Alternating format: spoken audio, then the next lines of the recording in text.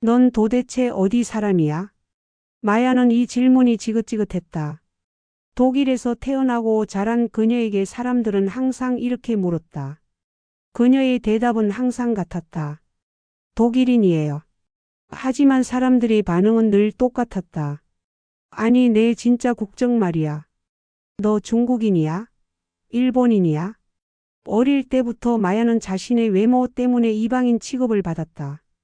학교에서 친구들은 그녀의 까만 머리를 만지며 닌자, 무술 고수 같은 별명을 붙였고 더 심한 날에는 너희 나라로 돌아가라는 말까지 들어야 했다.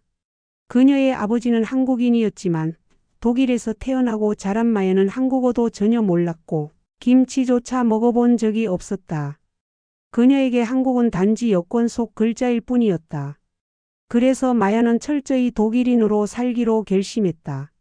한국적인 요소는 철저히 배제했고 독일어만 사용하며 심지어 친구들 앞에서 자신의 성을 박이 아닌 바우바크라고 소개했다. 하지만 그런 노력에도 불구하고 그녀는 완전한 독일인으로 받아들여지지 않았다. 어느 날 대학 수업이 끝난 후 친구들과 카페에서 이야기를 나누던 중이었다. 마야가 이야기를 하려는데 한 친구가 갑자기 말을 끊으며 농담처럼 말했다. 아, 너는 독일어 정말 잘하네. 거의 독일인 같아.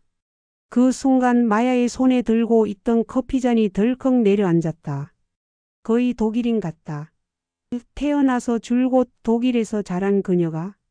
이 말은 그녀가 독일에서조차 온전한 독일인으로 인정받지 못한다는 뜻이었다. 그날 밤 마야는 혼란스러웠다. 나는 독일에서도 완전한 독일인이 아니고 한국은 더더욱 내 나라라고 할 수 없고 그렇다면 나는 도대체 누구지? 이런 고민 속에서 그녀는 새로운 기회를 얻게 된다. 교환학생 프로그램을 통해 중국으로 가게 된 것이다. 마야는 유럽을 떠나 아시아에서 새로운 환경을 경험하며 자신의 뿌리에 대한 혼란을 조금이나마 해결할 수 있기를 바랐다. 하지만 그녀를 기다리고 있는 것은 또 다른 충격이었다. 그날 이후 마야는 자신이 어디에도 속하지 못한다는 깊은 혼란에 빠졌다. 독일에서는 완전한 독일인으로 받아들여지지 않았고 그렇다고 한국인이라고 할 수도 없었다. 그러던 어느 날 마야는 아르바이트 면접을 보러 갔다. 독일 현지 브랜드의 패션 매장에서 판매직으로 일하는 자리였다. 그녀는 면접관 앞에서 자신 있게 독일어로 대답하며 면접을 무난히 마쳤다고 생각했다. 하지만 며칠 후 예상치 못한 이메일을 받았다. 유감스럽지만 다른 지원자가 더 적합하다고 판단되었습니다. 마야는 처음엔 그냥 운이 없었다고 생각했다. 하지만 같은 날 같은 면접을 봤던 친구로부터 연락이 왔다. 마야, 나 합격했어. 근데 이상한 얘기 들었어. 점장님이 너한테 독일어 억양이 살짝 이상하다고 했대. 그 말을 듣는 순간 마야는 머리가 띵해졌다. 억양이 이상하다니? 그녀는 독일에서 태어나고 자랐고 모국어는 독일어였다. 하지만 그녀의 외모는 아무리 노력해도 감출 수 없는 요소였다. 결국 그들은 그녀를 외국인으로 인식했고 그것이 채용에 영향을 미친 것이다. 분노와 좌절이 뒤섞인 감정을 안고 거리를 걷던 마야는 버스 정류장에서 자신의 모습을 비친 광고판을 바라봤다. 유럽 브랜드의 모델들이 나오는 광고였지만 단 한 명도 아시아계 모델은 없었다. 그때 마야는 깨달았다. 나는 아무리 노력해도 독일에서 온전한 독일인이 될 수 없어. 그렇다면 내 뿌리를 거부하는 게 맞는 걸까? 하지만 그 질문에 대한 답을 찾기도 전에 그녀의 교환학생 프로그램이 시작되었다. 다음 목적지는 중국. 마야는 새로운 환경에서 자신의 정체성을 찾을 수 있을까? 아니면 또다시 똑같은 벽에 부딪힐까? 그날 밤 마야는 잠을 이루지 못했다. 친구의 말을 곱씹으며 자신이 왜 계속 거부당하는지 곰곰이 생각해 보았다. 내가 아무리 노력해도 독일에서 완전한 독일인이 될 수 없는 걸까? 하지만 독일에서만 이런 일을 겪은 것은 아니었다. 몇 년 전 가족과 함께 프랑스로 여행을 갔을 때였다. 마야가 카페에서 주문을 하려던 순간 점원이 그녀를 힐끗 보더니 느릿하게 영어로 물었다. Can I help you? 마야는 당황했다. 그녀는 유창한 프랑스어로 대답했지만 점원의 표정은 변하지 않았다. 마치 그녀가 프랑스어를 하는 것이 이상하다는 듯했다. 그때 마야는 깨달았다. 유럽 어디를 가든 그녀는 항상 외국인으로 보일 거라는 사실을. 그런데 독일에서도 같은 취급을 받는다면 도대체 어디로 가야 한단 말인가? 그때 마야의 눈에 들어온 것은 책상 위에 놓인 한 통의 이메일이었다. 교환학생 프로그램 중국 칭화대. 선발을 축하드립니다. 교환학생 기간 동안 국제적인 경험을 쌓고 새로운 문화를 배울 기회가 될 것입니다. 마야는 깊은 고민에 빠졌다. 중국이라면 유럽과는 전혀 다른 환경일 것이다. 어쩌면 그녀의 외모 덕분에 더 자연스럽게 녹아들 수도 있지 않을까. 그리고 한국과 가까운 곳에서 생활하면 자신의 뿌리에 대해서도 다시 생각해 볼 기회가 될지 모른다. 며칠 후 마야는 짐을 쌌다. 아직 답을 찾지는 못했지만 적어도 독일에 머물면서 계속해서 벽에 부딪히는 것보다는 새로운 곳에서 자신을 시험해 보는 것이 나을 것 같았다. 이번에는 다를 거야. 이번엔. 그렇게 마야는 베를린 공항에서 비행기에 올랐다. 하지만 그녀를 기다리고 있는 것은 새로운 기회만이 아니었다. 중국에서도 마야는 또 한 번 예상치 못한 벽에 부딪히게 된다. 근데 너 한국인이야? 일본인이야? 마야가 중국 베이징 공항에 도착한 날 룸메이트가 던진 첫 마디였다. 난 독일에서 왔어. 그러자 룸메이트는 고개를 갸우뚱하며 되물었다. 그니까 내 뿌리가 어디냐고. 독일에서도 프랑스에서도 그리고 이제 중국에서도 같은 질문을 들으리라고는 예상하지 못했다. 나는 독일인이다라고 말하는 것이 점점 허망해지는 기분이었다. 하지만 어쩌겠는가. 새로운 환경에서의 삶은 이미 시작되었고 그녀는 적응해야 했다. 교환학생 생활이 시작되자 마야는 곧바로 예상치 못한 벽에 부딪혔다. 처음에는 편했다. 유럽에서는 동양인으로 분류되며 소외당했지만 여기서는 사람들과 외모가 비슷해 보였기 때문이다. 하지만 오래 지나지 않아 마야는 새로운 종류의 차별을 경험했다. 중국 친구들과 함께 식당에 갔을 때였다. 마야가 유창한 독일어로 친구와 대화를 나누고 있을 때 옆 테이블에서 한 중국인이 수군거리는 것이 들려왔다. 외국인처럼 말하네. 근데 얼굴은 우리랑 똑같잖아. 마야는 순간 움찔했다. 유럽에서는 넌 어디 출신이야? 라는 질문을 들었고 여기서는 넌 왜 외국인처럼 행동하냐? 라는 시선을 받았다. 도대체 어디에서도 자연스러울 수 없는 걸까? 한 번은 교수님이 수업 시간에 마야를 가리키며 말했다. 우리 반에는 독일에서 온 교환학생도 있습니다. 하지만 재미있죠? 겉모습은 우리랑 똑같은데요. 학생들이 웃자 마야는 마치 진짜 외국인이 아니라 가짜 외국인이 된 듯한 기분이 들었다. 독일에서도 이방인이었고 중국에서도 이방인이었다. 이제는 분명해졌다. 어디를 가든 그녀는 완전한 구성원으로 받아들여지지 않는다는 사실이.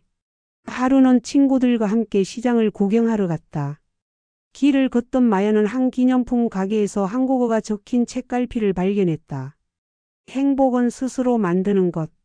이 문장을 본 순간 가슴 한쪽이 묘하게 찡했다. 독일에서도 중국에서도 나는 누구인가? 라는 고민만 했지 정작 자신의 뿌리에 대해 진지하게 받아들이려 하지 않았던 것 같다. 그리고 결정적인 사건이 발생했다. 중국에서의 교환학생 생활이 끝나갈 무렵 마야는 미국 뉴욕으로 가는 여행을 계획했다. 하지만 공항 입국 심사 과정에서 그녀는 놀라운 경험을 하게 된다. 마야가 베이징에서 생활한 지 2달쯤 되었을 때였다. 그날도 여느 때처럼 혼란스러운 마음을 달래려 혼자 거리를 걷고 있었다. 그러다 우연히 작은 골목길에서 오래된 서점을 발견했다. 그 정심 서점, 마음을 가라앉히는 서점. 마야는 책이라도 읽으며 생각을 정리하고 싶었다. 안으로 들어가자 나이가 지긋한 할머니 한 분이 책장을 정리하고 있었다. 어서 와요. 처음 보는 얼굴인데 관광객인가요? 마야는 자신이 독일에서 온 교환학생이라고 소개했다. 그런데 할머니는 마야를 가만히 바라보더니 고개를 갸웃했다. 근데 한국 사람이잖아? 마야는 깜짝 놀랐다. 여기까지 와서 또 같은 질문을 듣다니. 아니요, 전 독일인이에요. 그러자 할머니는 빙그레 웃으며 말했다. 그래도 피는 못 속이는 법이지. 여기 잠깐 앉아봐요. 할머니는 따뜻한 차를 내어 주며 자신의 이야기를 들려주었다. 나도 젊었을 때 문화혁명 때문에 어쩔 수 없이 홍콩으로 갔었지. 그때 나도 마야 너처럼 혼란스러웠어. 내가 중국 사람인지 홍콩 사람인지 아니면 어디에도 속하지 않은 사람인지 하지만 중요한 건 그게 아니야. 마야는 조용히 귀를 기울였다. 중요한 건 어디서 왔는지가 아니라 어디로 가고 싶은지야. 너는 어디로 가고 싶니? 이 질문에 마야는 아무 대답도 하지 못했다. 평생 동안 나는 누구인가? 에만 집중했지. 정작 앞으로의 방향에 대해서는 깊이 생각해 본 적이 없었다. 할머니는 마야의 손에 작은 책갈피 하나를 쥐어 주었다. 자신을 받아들이는 순간 길이 보인다. 그날 이후 마야는 자신이 어디에도 속하지 않는 사람이라는 생각을 조금씩 내려놓기 시작했다.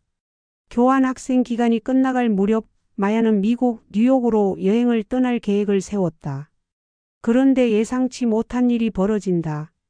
뉴욕 공항 입국 심사대에서 그녀는 처음으로 한국 여권이 가진 특별한 힘을 경험하게 된다. 넥스트.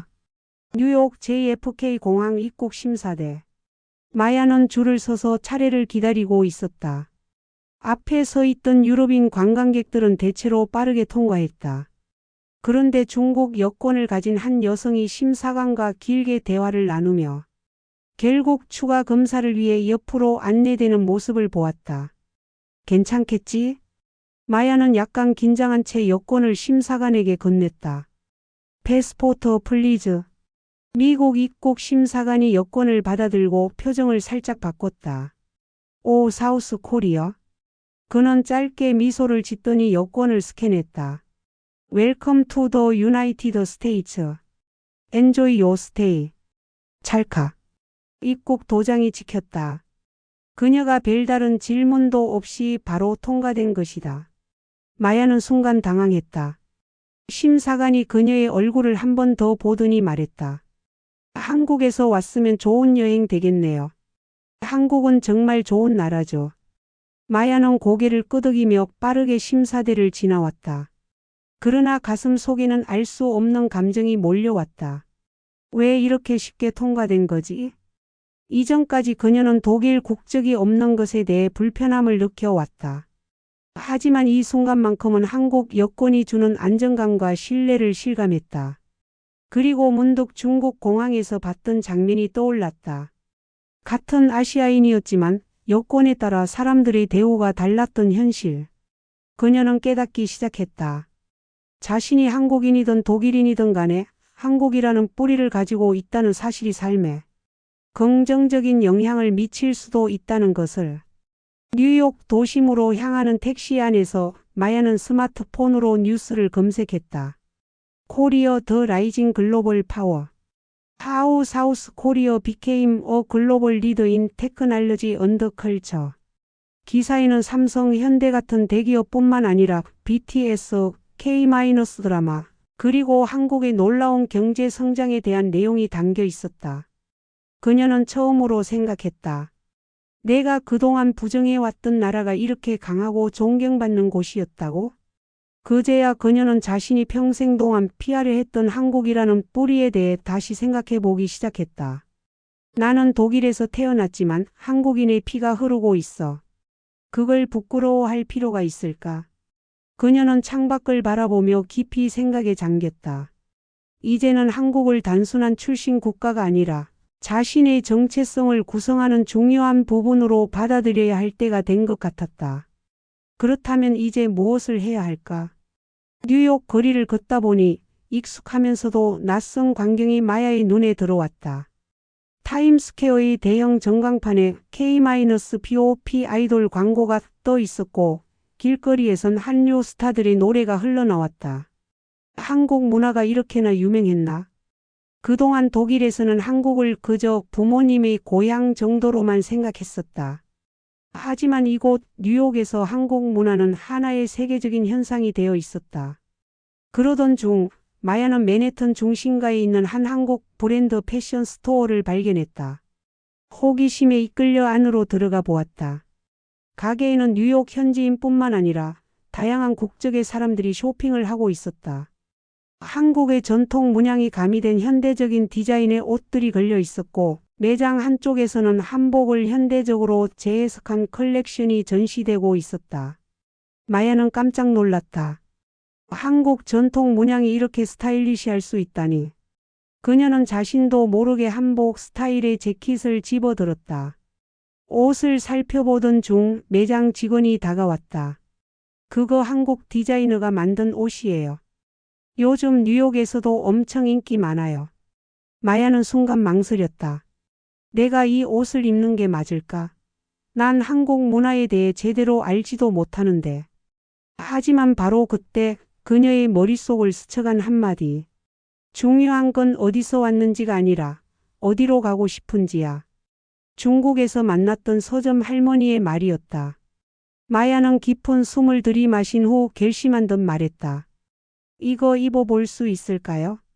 직원은 환한 미소를 지으며 말했다. 당연하죠. 정말 잘 어울릴 거예요. 거울 앞에서 재킷을 걸쳐본 마야는 그제야 깨달았다.